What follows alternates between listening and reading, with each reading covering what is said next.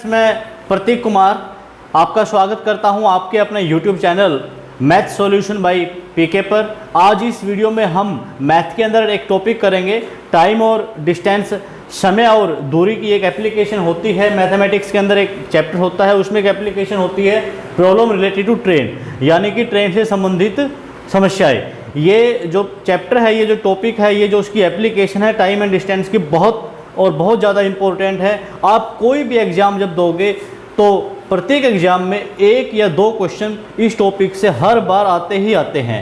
तो हम अपने टॉपिक को स्टार्ट करते हैं। सबसे पहले हम थोड़ा सा बेसिक पढ़ेंगे, time and distance. Time and distance में आपको ध्यान रखना है कि यहाँ पे हमारे पास एक सूत्र होता है, एक फॉर्मूला होता है स्पीड का, गति का।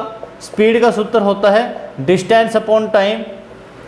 इसको अगर मैं हिंदी मीडियम, जो हमारे हिंदी मीडियम वाले जो स्टूडेंट्स हैं उनके लिए भी मैं इसमें बताना चाहूँगा कि गति, स्पीड को हम कहते हैं गति, और जो गति का जो सूत्र है वो होता है हमेशा दूरी बटे समय।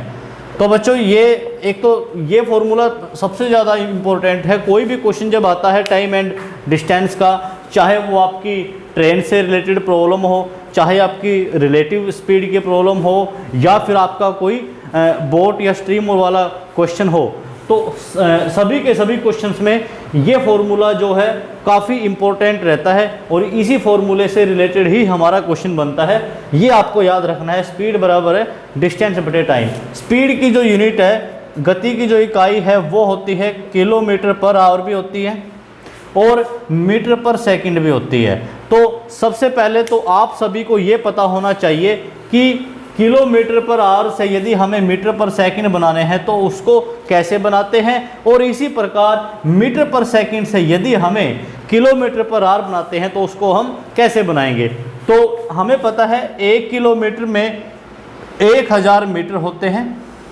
तो यहाँ पे किलोमीटर की जगह पे लिख दिया मैंने, 1 किलोमीटर की जगह लिख दिया 1 मीटर। और इसी प्रकार 1 घंटे में यानी कि 1 आवर में 3600 सेकंड होते हैं, 3600 सेकंड होते हैं। तो इसको हम सोल्व कर लेते हैं। 2 जीरो से 2 जीरो कैंसिल, 2 पंजे 10, 18 दूनी 36, यानी कि 5/18। या आप ये भी कह सकते हो कि यदि हमें किलोमीटर पर आवर का मीटर पर सेकंड बनाना हो तो हम उसको गुना करेंगे 5/18 से। और इसका रिवर्स क्या रहेगा, यदि आपको मीटर पर सेकंड से किलोमीटर पर आवर बनाना है तो आप उसको गुना करोगे 18/5 से। तो इसी के साथ हम अपना टॉपिक आगे स्टार्ट करते हैं। और जो ये ट्रेन वाला जो टॉपिक है ये हम इस वीडियो में कंप्लीट करेंगे। इसमें 4 या 5 केस होते हैं, हम सभी केस को डिस्कस करेंगे और उससे रिलेटेड क्वेश्चन भी करेंगे। ठीक है बच्चों, तो टॉपिक स्टार्ट करते हैं। सबसे पहला जो टॉपिक है वो है हमारा कि एक तो आपको ये टॉपिक स्टार्ट करने से पहले एक बात और ध्यान रखनी है, जो भी ट्रेन से रिलेटेड क्वेश्चन आता है उसमें हमें ट्रेन की लेंथ को कंसीडर करना ही करना है। ट्रेन की लंबाई को हमेशा हम अपने दिमाग के अंदर कंसीडर करके चलेंगे। तो सबसे पहले एक फर्स्ट जो हमारा केस है, एक बेसिक सा क्वेश्चन करते हैं। क्वेश्चन क्या है कि एक ट्रेन है, उस ट्रेन की लंबाई जो है वो 300 मीटर है, यानी कि ट्रेन की जो लेंथ है, जो लंबाई है वो है 300 मीटर। ठीक है बच्चों, उसके बाद क्वेश्चन हमारा ये आता है कि एक व्यक्ति खड़ा है, मतलब एक पर्सन है, पर्सन भी हो सकता है, वो आपका सिग्नल पोस्ट भी हो सकता है, यानी कि खंबा भी हो सकता है। ठीक है बच्चों, और इस ट्रेन की जो स्पीड है वो हमें दे रखी है 54 किलोमीटर प्रति घंटा, यानी कि ये इस रफ्तार से एक दिशा में दौड़ रही है ये ट्रेन। हमें ये बतानी है कि इसमें ये बताना है कि एक पर्सन है, या तो वो कहीं प्लेटफॉर्म पे खड़ा है, ठीक है, या फिर हमारे पास कोई सिग्नल पोस्ट भी हो सकता है। तो ये ट्रेन उस पर्सन को कितनी देर में क्रॉस करेगी, मतलब कितने सेकंड में उसको पार करेगी। ठीक है बच्चों, तो this train how much time will take to cross that person, और वो हमें ये बताना है कि कितने सेकंड में करेगी।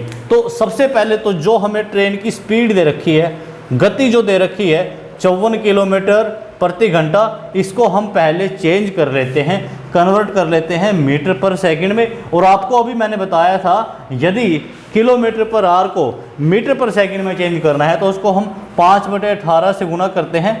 ऐसे 5/18 से गुना करने पर वो हमारा आ जाएगा मीटर पर सेकंड में। तो 18 × 54, 5 × 15। इसका मतलब वो जो हमारी ट्रेन है, आप ये भी कह सकते हो कि वो 54 किलोमीटर पर आवर की स्पीड से दौड़ रही है, या फिर 15 मीटर पर सेकंड भी कह सकते हो, क्योंकि इस क्वेश्चन में हमसे ये पूछा गया है कि वो ट्रेन उस पर्सन को, या वो कोई आपका सिग्नल पोस्ट हो सकता है, खंबा हो सकता है, उसको कितनी सेकंड में क्रॉस करेगी। तो देखो बच्चों, अभी मैंने बताया था, जो स्पीड जो होती है, गति जो होती है, उसका सूत्र, उसका फॉर्मूला होता है दूरी बटे समय, यानी कि डिस्टेंस अपॉन टाइम। और आपको मैंने ये टॉपिक स्टार्ट करने से पहले, प्रॉब्लम रिलेटेड टू ट्रेन, आपको अभी ये बताया था कि हम इन क्वेश्चंस में ट्रेन की लेंथ को कंसीडर पक्का करेंगे।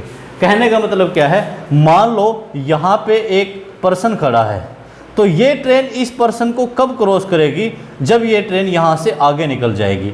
मतलब ये ट्रेन इस पर्सन को क्रॉस तब करेगी, भाई इस ट्रेन की ये मतलब पहले तो ये थी पोजीशन, जब इस ट्रेन की पोजीशन ये हो जाएगी तो हम ये मानेंगे कि इस व्यक्ति को इसने क्रॉस कर लिया है। तो इसका मतलब जितनी उस ट्रेन की लंबाई है उतनी ही उसको दूरी तय करनी पड़ेगी। तो जो हमारे पास क्या है, यहाँ पे हमें बताना है टाइम। तो अगर मैं टाइम का सूत्र कहूँ, समय का सूत्र कहूँ, समय का सूत्र बन जाएगा दूरी बटे गति। ठीक है बच्चों, अब दूरी क्या है, दूरी उसको खुद की लंबाई तय करनी है, खुद की लंबाई जो है वो उसको कवर करनी है। तो खुद की लंबाई उसकी कितनी है ट्रेन की, 300 मीटर, और गति अभी हमने निकाली थी मीटर पर सेकंड में, यानी कि 15, 15 दूनी 30। इसका मतलब वो ट्रेन उस व्यक्ति को या उस लैंप पोस्ट को 20 सेकंड में क्रॉस करेगी। सबसे पहले तो बच्चों ये केस था। दूसरा सेकंड केस क्या है, सेकंड केस इसमें यह है कि अब एक ट्रेन है, हम यही क्वेश्चन ले लेते हैं कि एक ट्रेन जो है जिसकी लंबाई, जिसकी लेंथ 300 मीटर है, ये हमारी ट्रेन है, इस ट्रेन की लंबाई है 300 मीटर। ठीक है बच्चों, एक प्लेटफॉर्म है और उस प्लेटफॉर्म की जो लंबाई है वो भी 300 मीटर है, ये हमारा प्लेटफॉर्म है। तो ये ट्रेन इस प्लेटफॉर्म को क्रॉस करने में, मतलब इस प्लेटफॉर्म को पार करने में कितना समय लेगी, और ट्रेन की हमें जो स्पीड है, जो गति है, वो दे रखी है 15 मीटर प्रति सेकंड। देखो बच्चों, सपोज करो ये ट्रेन, ये मतलब एक एक्चुअल पोजीशन है यहाँ पे, ये ट्रेन इस प्लेटफॉर्म को कब क्रॉस करेगी, जब ये ट्रेन यहाँ से चल के इस पोजीशन पे आ जाएगी। तो पहले तो पोजीशन ये थी, ये उस डायरेक्शन में मूव कर रही है, तो जब यहाँ पे पहुँच जाएगी तो ये ट्रेन समझ लो कि प्लेटफॉर्म को पार कर जाएगी। तो इसका मतलब उसको टोटल कितनी दूरी तय करनी पड़ेगी, एक तो उसकी खुद की लंबाई ट्रेन की, और एक इस प्लेटफॉर्म की लंबाई। कहने का मतलब क्या है, यहाँ पे जो दूरी बनेगी वो दूरी बनेगी 300 मीटर तो ट्रेन की है, और 300 मीटर ही यहाँ पे किसकी दूरी है, प्लेटफॉर्म की, यानी कि टोटल दूरी उसको कितनी तय करनी पड़ेगी, उसको करनी पड़ेगी 600 मीटर। ठीक है बच्चों, स्पीड हमें दे रखी है, गति जो है वो हमें दे रखी है 15 मीटर प्रति सेकंड। हो सकता है आपको किलोमीटर पर आवर में दे दे, तो आप उसको मीटर प्रति सेकंड में चेंज कर सकते हो। बहुत सिंपल है, 5/18 से गुना करके। तो उसको क्रॉस करने के लिए वो कितना समय लेगी, कितना टाइम लेगी। तो अभी मैंने आपको टाइम का सूत्र बताया था।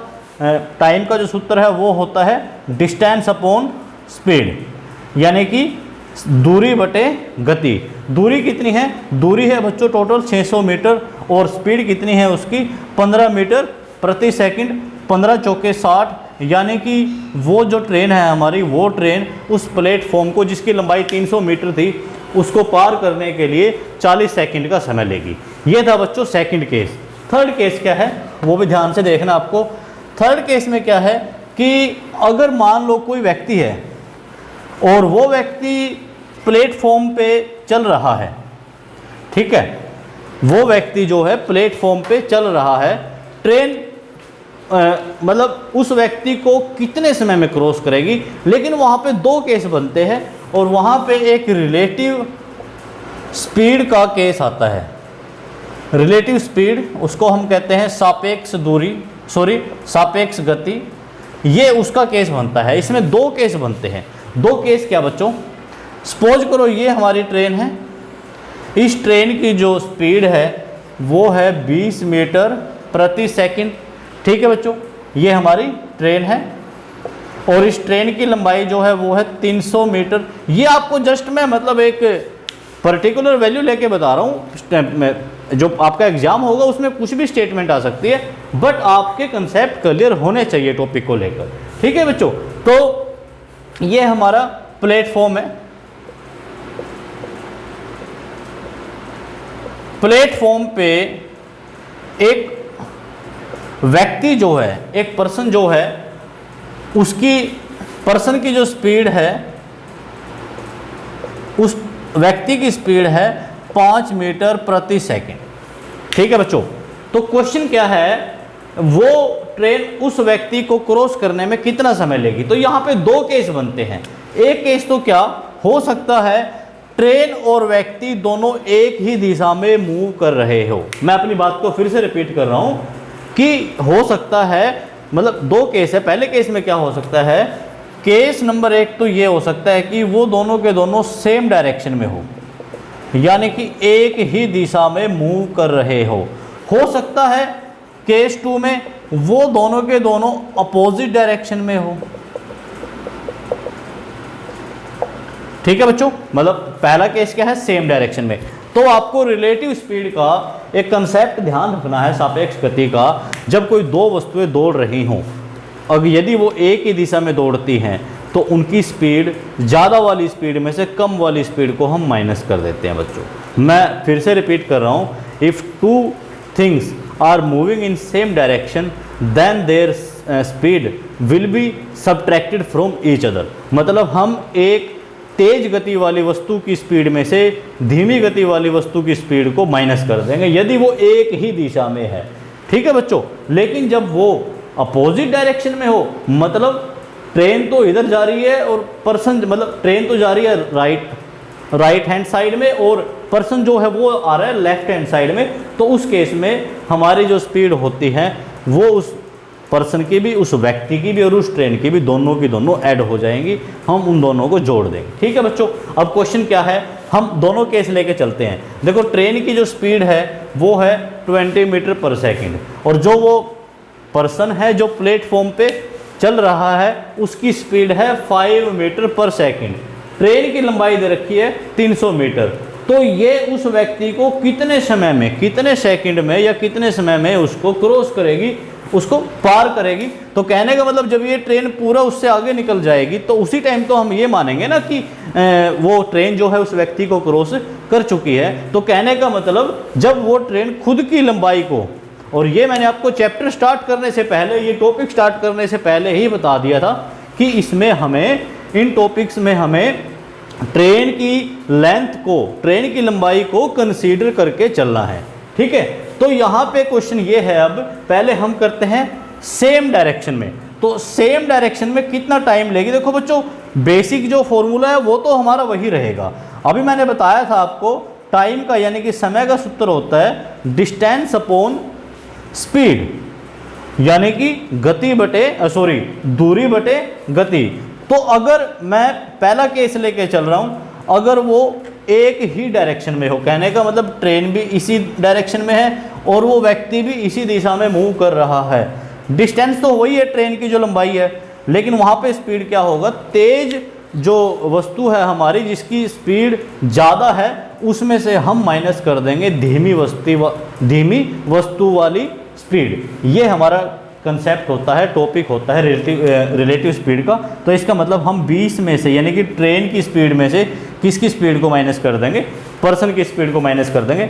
इसको सोल्व करते हैं, 300 बटे 20 में से 5 गया 15, 15 दूनी 30, यानी कि जब वो एक ही दिशा में जा रहे हैं, कौन, एक तो वो व्यक्ति जो प्लेटफॉर्म पे चलता है और वो ट्रेन, तो वो ट्रेन उस व्यक्ति को क्रॉस करने में समय लेगी 20 सेकेंड का।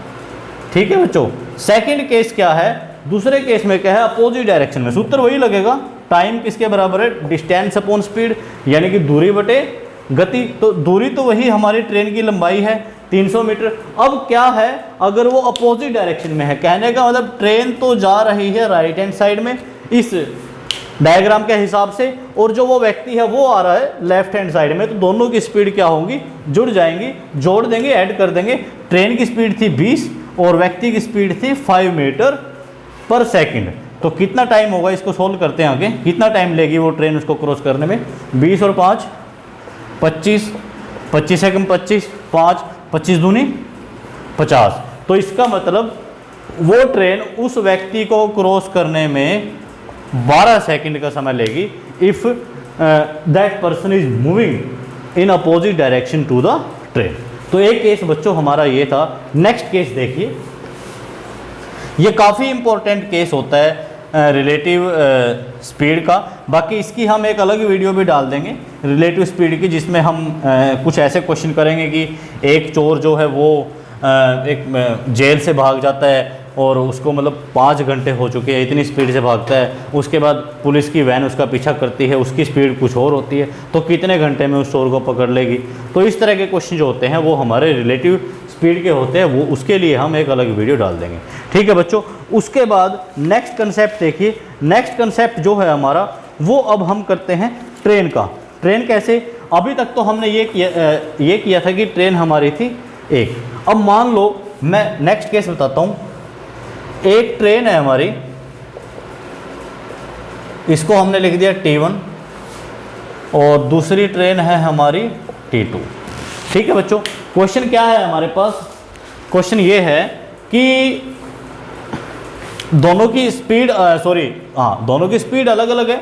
इसकी स्पीड मान लो 20 मीटर प्रति सेकंड है और इसकी है 10 मीटर प्रति सेकंड। इसकी जो पहले वाली जो ट्रेन है इसकी लंबाई है 300 मीटर और दूसरे वाले जो ट्रेन है इसकी लंबाई है 200 मीटर। ठीक है बच्चों। अब यहाँ पे भी हमें इस क्वेश्चन में क्या बताना है कि वो ट्रेन एक दूसरे को क्रॉस करने में कितना समय लेगी। दो केस है। अगर सेम डायरेक्शन की बात करें, पहले केस की बात करते हैं जिसमें है सेम डायरेक्शन। अगर एक ही दिशा में है तो वो जो तेज गति वाली जो ट्रेन है वो धीमी गति वाली ट्रेन को कितने समय में पार करेगी। ठीक है बच्चों।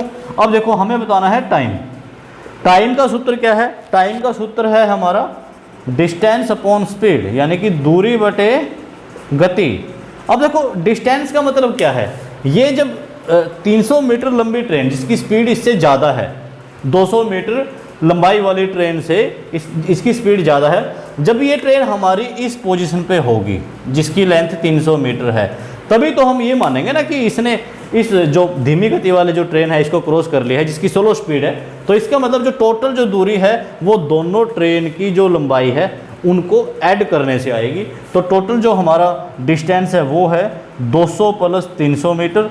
और स्पीड कितनी है? देखो सेम डायरेक्शन है तो हम ज़्यादा वाली स्पीड में से कम वाली स्पीड को माइनस कर देते हैं। ठीक है। 300 और 200 हो जाएगा 500 और यहाँ 20 में से 10 गया 10। इसका मतलब इस केस में जो तेज गति वाली जो ट्रेन है वो धीमी गति वाली, यानी कि जो ज़्यादा स्पीड वाली ट्रेन थी वो स्लो स्पीड वाली ट्रेन को क्रॉस करने में 50 सेकंड का समय लेगी। ठीक है बच्चों। ये आपके पास एग्जाम में सेकंड केस के बेस पे भी क्वेश्चन आ सकता है। सेकंड केस क्या है हमारा? सेकंड केस है अगर वो दोनों की दोनों ट्रेन अपोजिट डायरेक्शन में जाती है।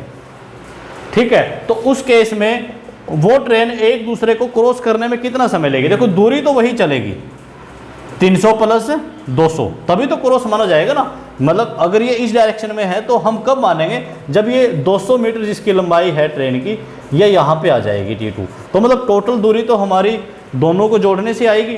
तो 300 प्लस 200। और आपको अभी बताया था मैंने रिलेटिव स्पीड का टॉपिक कि जब कोई दो वस्तुएं एक दूसरे की विपरीत दिशा में दौड़ती हैं तो उनकी स्पीड जो है वो प्लस हो जाती है। तो पहली ट्रेन की स्पीड हमारी 20 मीटर पर सेकंड की थी और दूसरी ट्रेन की स्पीड क्या थी?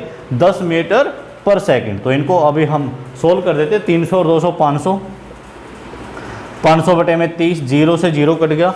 तो इसका मतलब जो वो ट्रेन है हमारी दोनों वो एक दूसरे को क्रॉस करने में कितना समय लेगी? वो समय लेगी 50 बटे 3 सेकंड। इसको आगे हम सोल्व भी कर सकते हैं।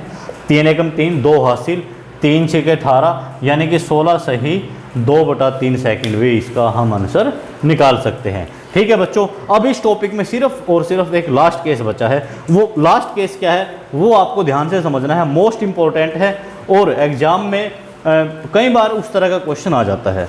लास्ट केस में क्या है बच्चों, ध्यान से देखना।